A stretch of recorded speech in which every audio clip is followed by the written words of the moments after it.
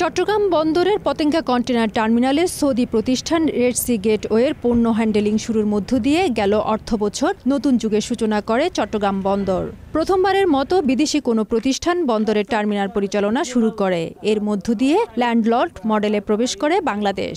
এছাড়া বিদায়ী অর্থবছরে অবকাঠামোগত উন্নয়নে $1 বিলিয়ন মার্কিন বিনিয়োগে আগ্রহ দেখিয়েছে আবুধাবি পোর্ট। এমনকি অর্থবছরের শেষ দিকে এসে মেগা প্রকল্প বে টার্মিনাল নির্মাণে বাংলাদেশকে $65 কোটি ঋণ অনুমোদন দেয় বিশ্বব্যাংক। বিশ্বব্যাপী যুদ্ধবিগ্রহে বিপর্যস্ত অর্থনৈতিক অবস্থার মধ্যে এসব সম্ভাবনা চট্টগ্রাম বন্দরে এনেছে গতি, যার প্রভাব দেখা যায় সদ্য বিদায়ী অর্থবছরে বন্দরে কার্যক্রমের পরিসংখ্যানে।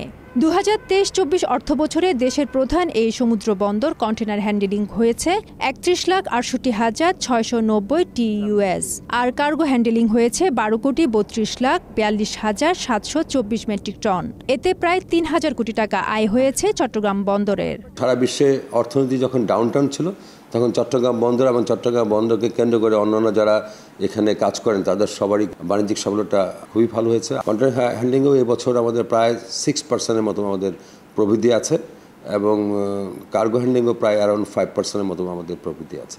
এদিকে বর্তমানে বন্দরে বড় বড় জাহাজ প্রবেশের সক্ষমতা অর্জন করায় একই সঙ্গে বেশি পণ্য ও কন্টেনার পরিবহন করতে পারছে। তবে কমেছে ছোট জাহাজ চলাচল। এতে জাহাজ আসার পরিমাণ কমেছে 6.63%। কার্গো এবং কন্টেনারাইজড কার্গো এটার এই কোয়ান্টিটির উপর ভলিউম নির্ভর করছে এবং কত দক্ষতার সাথে আমরা হ্যান্ডেল করছি সেটার উপর নির্ভর করছে আমাদের আয় এবং ব্যয়ের হিসাবটা। নতুন অর্থবছরে নতুন নতুন প্রকল্প আর দেশি বিদেশি বিপুল বিনিয়োগ নিয়ে দেশের অর্থনীতিতে গেম চেঞ্জার হিসেবে ভূমিকা রাখবে চট্টগ্রাম বন্দর, এমনটাই জানালেন বন্দর চেয়ারম্যান। ফেরদৌস লিপি, সময় সংবাদ, চট্টগ্রাম।